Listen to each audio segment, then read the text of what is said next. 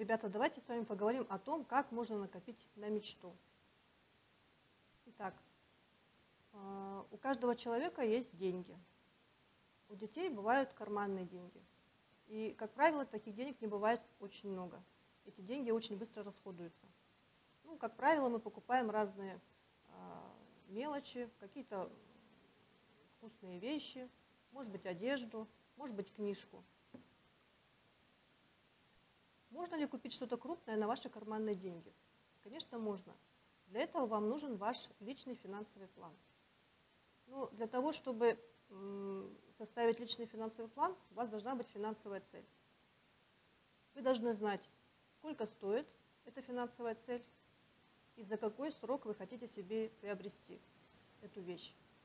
Например, вы хотите купить гироскутер.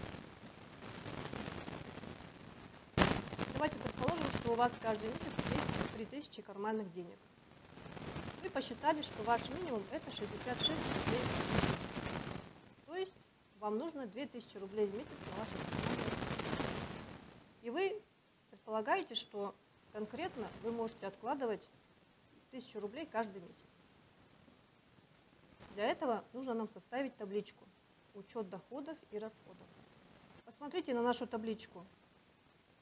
С учетом подарка на день рождения, который был 5000 рублей, за 9 месяцев можно накопить 14 тысяч рублей, а не 19. А гироскутер стоит 19 тысяч.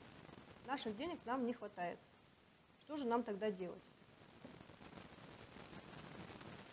Ну, тут есть несколько вариантов решения. Во-первых, можно увеличить срок накопления или найти такую же вещь, но чуть дешевле.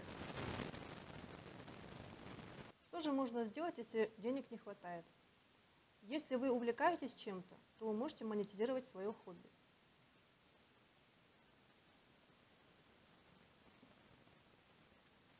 Как же еще можно сэкономить свои деньги? Можно не тратить деньги на те расходы, которые не приносят никакой пользы. Например, это бессмысленные траты. Например, вам предложили пойти в кинотеатр на какой-то фильм.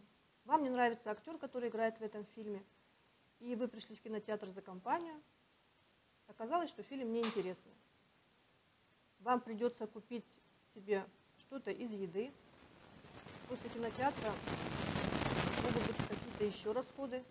Изначально, если бы вы знали, что фильм будет неинтересный, вы могли бы на него не пойти и сэкономили бы часть своих денег.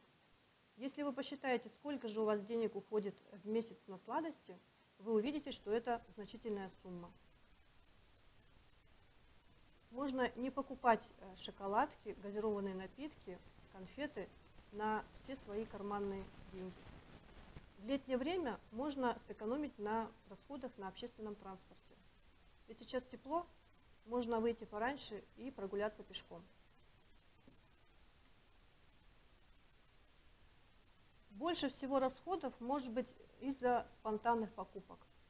Я вообще против спонтанных покупок. Даже если я хожу в магазин и мне понравилась какая-то вещь, я беру себе некоторое время на обдумье. Если я через несколько дней даже не вспомню о том, что хотела что-то купить, ну, значит, эта вещь была мне не особенно нужна, я не жалею о том, что я ее не приобрела.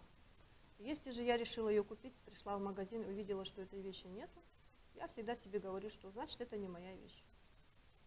Мы живем в такое время, что любую вещь можно приобрести в магазине, в торговом центре или в интернет-магазине. И возможно, что в интернет-магазине эта вещь будет стоить гораздо дешевле. Итак, мы решили, что мы будем копить наши деньги.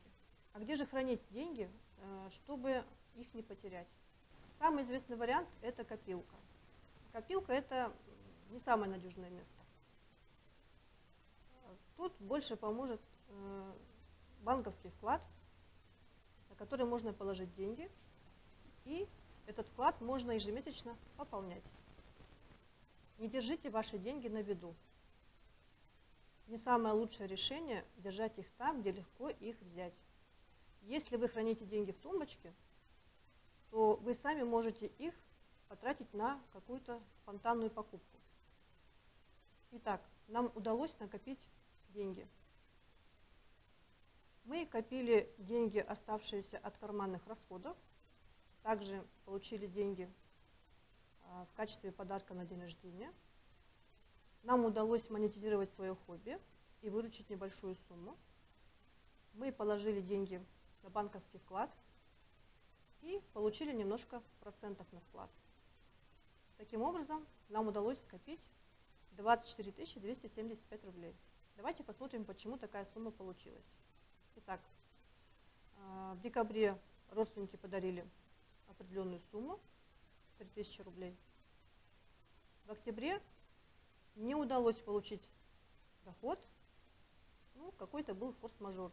Наверное, сходили на день рождения кому-то.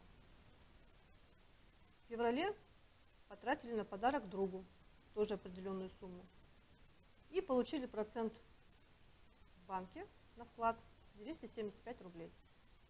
Вот из чего состоит наша сумма. Итак, мы знаем, что наш гироскутер изначально стоил 19 тысяч рублей. У нас получилась сумма немного больше. Мы достигли своей финансовой цели. Что же можно сделать еще? Мы должны понять, что деньги можно не только копить, их можно еще и приумножать. Если вам есть 14 лет, то вы можете открыть депозит в банке. Однако нужно опасаться мошенников, всевозможных финансовых пирамид, азартных игр, игровых автоматов. Ребята, основное ваше вложение – это вложение в себя, в свое образование. Развивайте свои таланты, свои способности, и тогда все ваши финансовые цели со временем будут достигнуты. Итак, давайте повторим. Чтобы накопить нужную сумму на нашу цель, нам необходим личный финансовый план. Поставьте цель, определите срок достижения этой цели. Вы будете знать, какая вам нужна сумма ежемесячно, чтобы достичь к этому сроку вашей финансовой цели. Ребята, повышайте свою финансовую грамотность.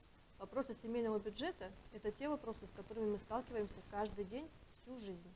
Поэтому чем раньше вы начнете заниматься вопросами финансовой грамотности, тем раньше вы научитесь достигать своих финансовых целей и будете финансово устойчивыми. Я желаю вам